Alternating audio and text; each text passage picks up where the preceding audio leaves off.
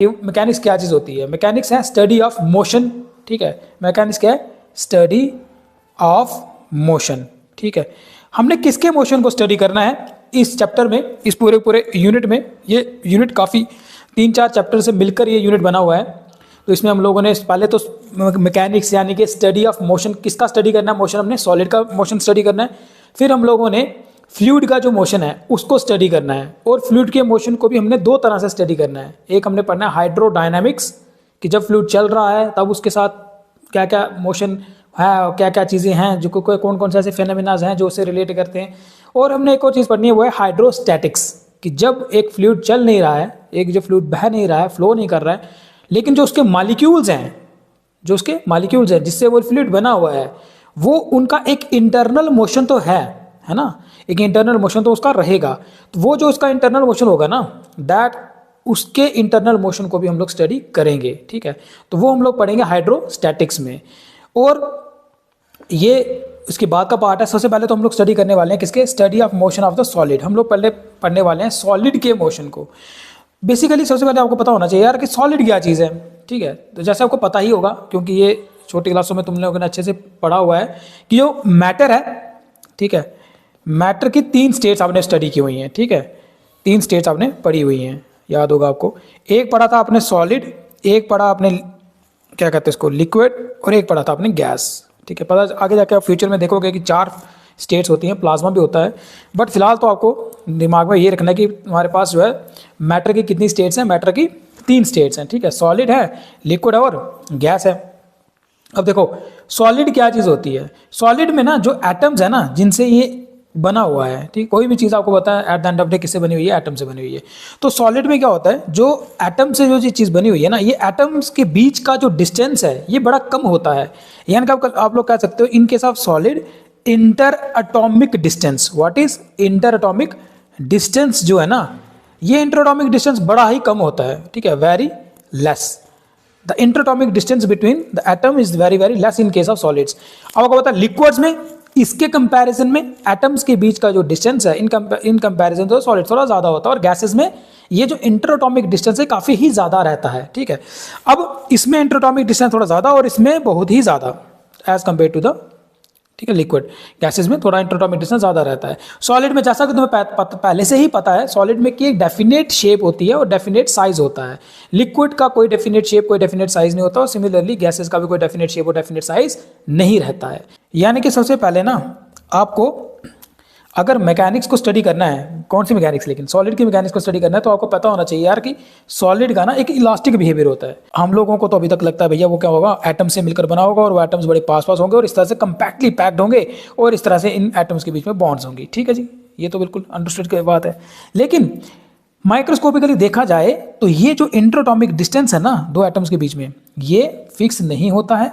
ये फिक्स नहीं होता तो फिर किस तरह का होता है भाई? ऐसा होता है कि एक, आप लोग कह सकते हो कि स्प्रिंग बॉल एक मॉडल है। स्प्रिंग बॉल मॉडल की हेल्प से हम लोग इलास्टिक बिहेवियर ऑफ सॉलिड्स को अच्छे से समझ सकते हैं। ये स्प्रिंग बॉल मॉडल कहता क्या है? ये स्प्रिंग बॉल मॉडल जो है ये कहता है कि भाई ऐसा है कि जो एक सॉलिड में जो एटम्स है ना, आप उनको ना इस तरह से बॉल से रिप्रेजेंट कर सकते हो, ठीक है।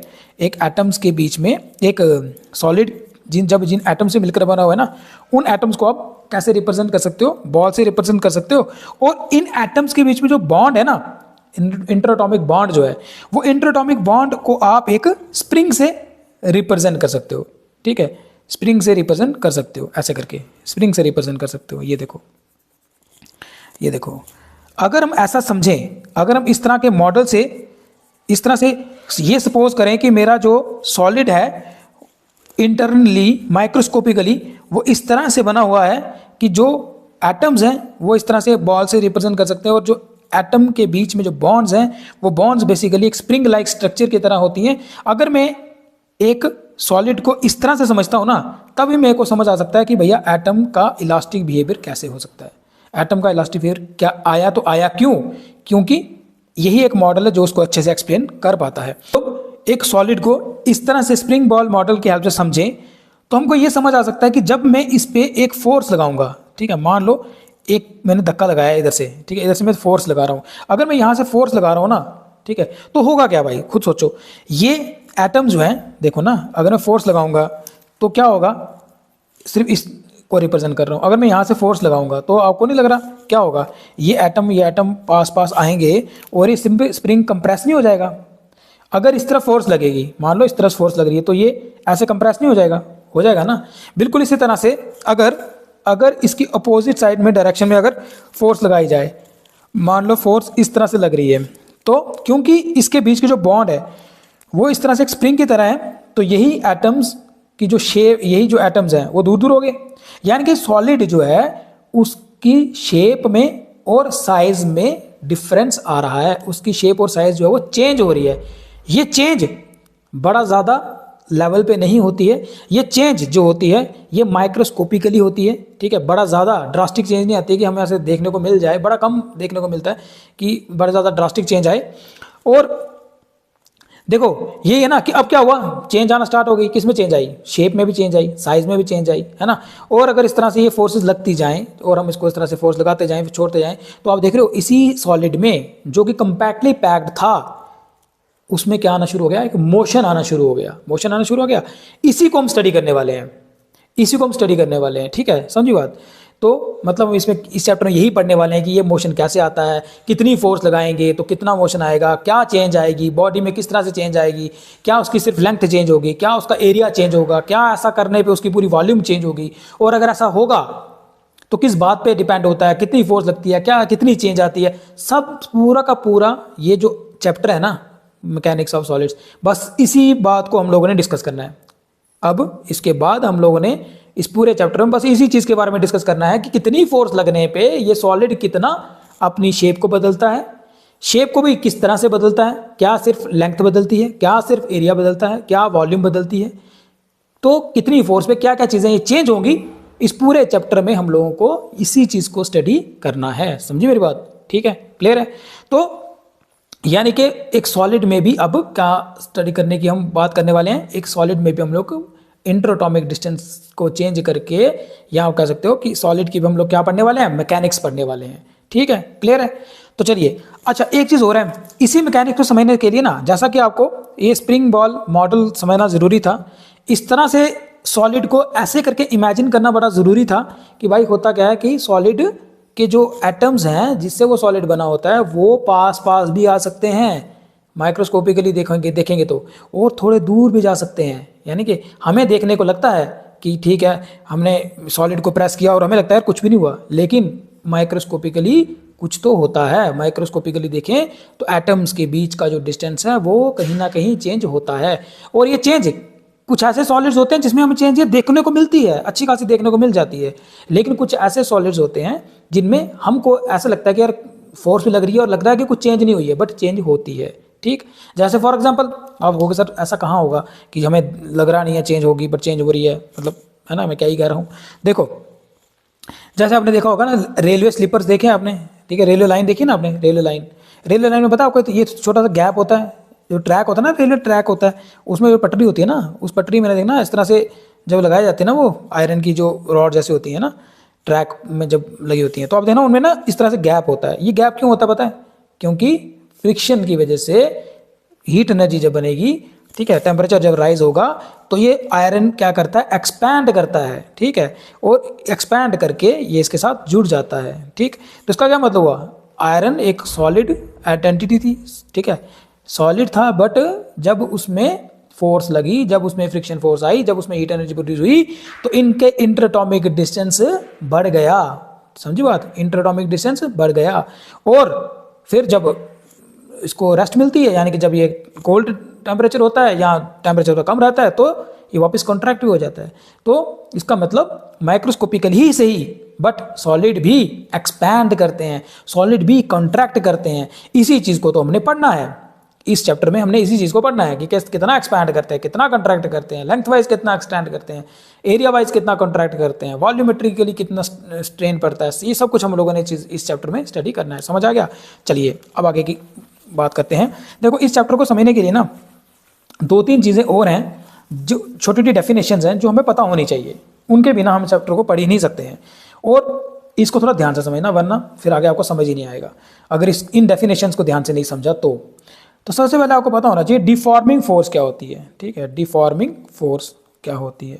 देखो व्हाट इज डिफॉर्मिंग फोर्स, जैसा कि मैंने आपको बता दिया, एक सॉलिड को हम लोग स्प्रिंग बॉल मॉडल से भी बता सकते हैं कि यानी कि सॉलिड बना होगा एटम से, वो एटम कंपैक्टली पैक्ड होंगे, लेकिन उनके बीच में जो बॉन्ड है वो इस तरह से आप स्प्रिंग से भी बता सकते हो कि वो एक बॉन्ड इस तरह से स्प्रिंग लाइक स्ट्रक्चर की जैसे होती है। अब देखो अगर इस पे एक डिफॉर्मिंग फोर्स, हाँ वही मैं बता रहा हूँ डिफॉर्मिंग फोर्स क्या होती है, अगर इस पे मैं इस तरह से फोर्स लगाता हूँ सोचो तो क्या होगा, इस ऐसा फोर्स लगाने पे क्या होगा भाई, ऐसा फोर्स लगाने से दोनों तरफ से फोर्स लग रही है ना यार, तो क्या होगा, तो क्या इसकी शक्ल बदल गई, देखो ना पहले इस तरह से था, दोनों तरफ से फोर्स लगी तो ये कंट्रैक्ट हो गया, इस तरह से हो गया। तो ये जो फोर्स है ना, इस फोर्स ने किया क्या, इस फोर्स ने क्या किया, इस फोर्स ने क्या चेंज की, इस फोर्स ने change shape and size of solid, है ना, या ऑब्जेक्ट कह सकते हो, ठीक है। तो इस फोर्स ने क्या किया, ये एक ऐसी फोर्स है जिसने शेप और साइज को बदला, ये एक ऐसी फोर्स है जिसने शेप और साइज को बदला। तो ऐसी फोर्स जब किसी ऑब्जेक्ट पे लगे, एक ऐसी फोर्स जो जब किसी ऑब्जेक्ट पे लगे और उस ऑब्जेक्ट की शेप और साइज दोनों ही बदल जाएं, तो उस फोर्स को कहा जाता है डिफॉर्मिंग फोर्स। क्या कहा जाता है उसको, डिफॉर्मिंग फोर्स। समझी मेरी बात, कोई भी एक फोर्स जो किसी सॉलिड पे लगे या किसी ऑब्जेक्ट पे लगे और उसकी वो शेप बदल दे, उसका वो साइज बदल दे, तो उस फोर्स को कहते हैं सॉलिड, उसको फोर्स को कहते हैं डिफॉर्मिंग फोर्स। क्या कहते हैं उसको, डिफॉर्मिंग फोर्स। समझ आई बात। इसी तरह से ना, जैसे सपोज करो, एक और एग्जांपल देता हूं, मान लो इस तरह से तुम्हारे पास ना एक रबर बैंड है, तुमने इसको खींचा इस तरह से, ठीक है, एक रबर बैंड है, तुमने इस तरह से इसको खींचा, देख रहे हो यहाँ पे, इस तरह से खींचा इसको, इस तरह से खींचा, तो क्या हुआ भाई, किसकी शक्ल नहीं बदल गई। जब इसकी शक्ल बदल गई तो इसका क्या मतलब हुआ कि आपने कुछ फोर्स लगाई और इस फोर्स ने इसकी शक्ल बदली है, ठीक है ना। आप एक फोर्स लगा रहे हो और वो फोर्स इसकी शेप एंड साइज को बदल रहा है, that force is known as deforming force. उस फोर्स को कहा जाता है deforming force. Got the point. अच्छा एक चीज और बताना, जैसे ही हम डिफॉर्मिंग फोर्स के बारे में पढ़ते हैं, हमें एक फोर्स और नजर आती है। कौन सी फोर्स नजर आती है, सुनो। अगर मैं, देखो आप एक जैसे स्प्रिंग ले लो या एक रबर ले लो, आप एक रबर बैंड, सपोज करो आपके पास एक रबर बैंड है, ठीक है, आप एक रबर बैंड को खींचते हो ऐसे करके खींचते हो, ठीक है, आप देख रहे हो उसमें ना, जैसे तुम उसको छोड़ोगे ना, वो वापस अपनी ओरिजिनल शेप को गेन करेगा, ठीक है ना। जैसे ही मान लो, जैसे ये ना, ये रबर बैंड मान लो और ये फोर्स लग रही है इस पर, ठीक है, जैसे ही ये फोर्स हटेगी तो ये रबर बैंड अपनी ओरिजिनल शेप को गेन करने वाला है, ठीक। इसका मतलब जैसे ही एक ऑब्जेक्ट पे डिफॉर्मिंग फोर्स लगती है और वो डिफॉर्मिंग फोर्स जैसे ही उसकी शेप और साइज को बदलने की कोशिश करती है, उसी ऑब्जेक्ट में एक और फोर्स डेवलप होती है और वो फोर्स उसके ओरिजिनल शेप को रिस्टोर करने की कोशिश करती है ना। जैसे ही डिफॉर्मिंग फोर्स हटती है, और ये जैसे एक रबर बैंड की मैं एग्जांपल लेके जा रहा हूं, जैसे आप उस रबर बैंड को डिफॉर्मिंग फोर्स से उसको डिफॉर्म करते हो, है ना, उसकी शेप एंड साइज को बदलते हो, जैसे छोड़ते हो, डिफॉर्मिंग फोर्स हटी, तो उस रबर बैंड में एक ऐसी फोर्स भी बन गई थी, एक ऐसी फोर्स भी डेवलप हो गई थी जो उसको वापस उसकी ओरिजिनल शेप को रिस्टोर करने में हेल्प करती है। क्या किया उसने उसकी ओरिजिनल शेप को रिस्टोर करने में हेल्प की। तो ऐसी फोर्स ना, ऐसी फोर्स को हम लोग बोलते हैं रिस्टोरिंग फोर्स। ऐसी फोर्स को क्या बोलते हैं हम लोग, रिस्टोरिंग फोर्स, ठीक है। रिस्टोरिंग फोर्स क्या होती है, ये एक ऐसी फोर्स होती है जो क्या करती है, helps in regain original shape and size, एक ऐसी फोर्स जो बॉडी पे एक्ट करे और बॉडी पे एक्ट करने के बाद बॉडी वापिस अपनी ओरिजिनल शेप को, ओरिजिनल साइज को वो गेन करे, उस फोर्स को कहते हैं रिस्टोरिंग फोर्स। क्या कहते हैं इसको, रिस्टोरिंग फोर्स। समझ आई बात। डिफॉर्मिंग फोर्स का पता चल गया ना क्या होता है, कि एक ऐसी फोर्स जो शेप और साइज को बदल दे, वो डिफॉर्मिंग फोर्स। और रिस्टोरिंग फोर्स क्या होती है, एक ऐसी फोर्स जो शेप और साइज को वापिस रिस्टोर कर दे, समझी बात, रिस्टोर कर दे, उसको कहते हैं restoring force. Got the point, ठीक है। डिफॉर्मिंग फोर्स और रिस्टोरिंग फोर्स, इनके बीच का डिफरेंस पता चल गया ना, क्योंकि आगे जाके ना ये दोनों फोर्सेस काफ़ी ज़्यादा हम लोगों ने यूज़ करनी है, ठीक है, मैकेनिक्स ऑफ सॉलिड को समझने के लिए। और इसके आगे कॉन्सेप्ट हमने जो भी सीखने हैं ना, उन कॉन्सेप्ट्स में मैं बार बार कहीं डिफॉर्मिंग फोर्स का जिक्र करूंगा और कहीं रिस्टोरिंग फोर्स का। इसलिए हमें ये माइंड में कॉन्सेप्ट क्लियर होना चाहिए कि भाई साहब रिस्टोरिंग फोर्स क्या है, डिफॉर्मिंग फोर्स क्या है, ये पता हमें होना चाहिए, ठीक है। तभी हम लोग आगे की कहानी इसकी समझ सकते हैं। ठीक, तो नेक्स्ट जो इंपॉर्टेंट डेफिनेशन है जो हमें पता होनी चाहिए वो है इलास्टिसिटी। इलास्टिसिटी, ठीक है, इलास्टिसिटी क्या चीज होती है? देखो, इलास्टिसिटी ना प्रॉपर्टी है एक बॉडी की। Elasticity is inherent property of a body, जिसकी हेल्प से बॉडी अपनी ओरिजिनल शेप को गेन करती है। ठीक है, देखो अलग अलग तरह के सॉलिड्स होते हैं। आपने देखा कुछ सॉलिड्स ऐसे होते हैं जिन पे जब डिफॉर्मिंग फोर्स लगे और फिर जब डिफॉर्मिंग फोर्स हटे, देखो डिफॉर्मिंग फोर्स लगेगी तो शेप और साइज तो बदलेगा, जैसे मैंने तुम्हें बता दिया, समझ गए ना बात को। अब जब डिफॉर्मिंग फोर्स हटती है और सॉलिड अपनी ओरिजिनल पोजीशन को गेन करता है, अगर कोई सॉलिड अपनी ओरिजिनल शेप और साइज को गेन करता है तो ये प्रॉपर्टी है ना उसकी, भाई वो ओरिजिनल शेप को गेन कर रहा है, that property is known as elasticity. ठीक है, that property is known as elasticity. ठीक है, the property of matter which tends to regain its original shape and size. ठीक है, ये क्या चीज है, लिखने को तुम लिख सकते हो, इट इज अ प्रॉपर्टी किसकी प्रॉपर्टी है? Property of matter. ये मैटर की प्रॉपर्टी है, सॉलिड की प्रॉपर्टी है। ठीक है, it is a property of matter which tends to regain its original shape and size. ठीक है, ये ऐसी प्रॉपर्टी है मैटर की जिससे मैटर अपनी ओरिजिनल शेप और साइज को गेन करता है। ठीक है, और जो बॉडी ऐसा कर पाती है, ठीक है, जो बॉडी ऐसा करती है, that body is known as elastic body. उस बॉडी को क्या कहते हैं? इलास्टिक बॉडी कहते हैं। हर एक सॉलिड ऐसे थोड़ी कर पाता है। ठीक है, एक स्टील की रॉड ले लो आप उस पर डिफॉर्मिंग फोर्स लगाओगे तो वो उसकी जो शक्ल है थोड़ी सी बदल जाएगी, लेकिन जैसे ही डिफॉर्मिंग फोर्स हटाओगे तो वापस वो अपनी ओरिजिनल शेप को गेन कर लेगा। इसका मतलब उस बॉडी के पास क्या है? इलास्टिसिटी है। उस बॉडी को हम लोग क्या कह सकते हैं? इलास्टिक बॉडी कह सकते हैं। कॉन्सेप्ट क्लियर, समझ आ गया? अब बिल्कुल इसी के अपोजिट एक और चीज है। ठीक है, आप देखो कुछ ऐसी बॉडीज भी हैं जिनमें डिफॉर्मिंग फोर्स लगे तो उसकी शेप और साइज बदल जाती है, लेकिन डिफॉर्मिंग फोर्स हटने के बाद वो बॉडी अपनी ओरिजिनल शेप को, अपनी ओरिजिनल साइज को गेन नहीं कर पाती है।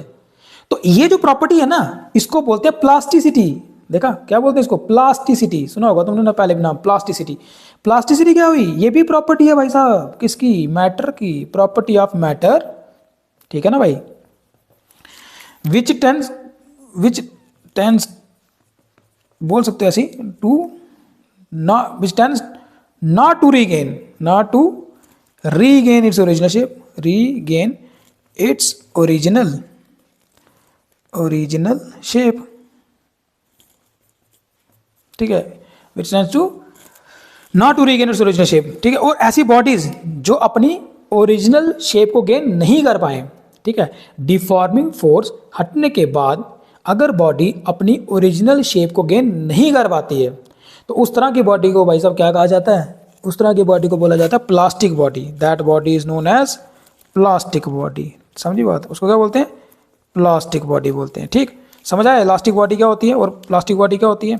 ये कॉन्सेप्ट बड़ा इंपॉर्टेंट है क्योंकि आगे जाके ये बहुत काम आने वाला है। ठीक, इलास्टिसिटी क्या होती है? ऐसी property which tends to regain its original shape. Plasticity क्या होती है? ऐसी property which does not tend to regain its original shape. वो बॉडी जिसके पास ये प्रॉपर्टी होती है, जो इलास्टिसिटी जिनके पास है, जो वापस ओरिजिनल शेप को गेन कर लेती हैं, उनको बोलते हैं इलास्टिक बॉडीज। और वो बॉडीज जो अपनी ओरिजिनल शेप को गेन नहीं कर पाती हैं, that are known as plastic bodies. ठीक, ये कॉन्सेप्ट समझ आ गया? चलिए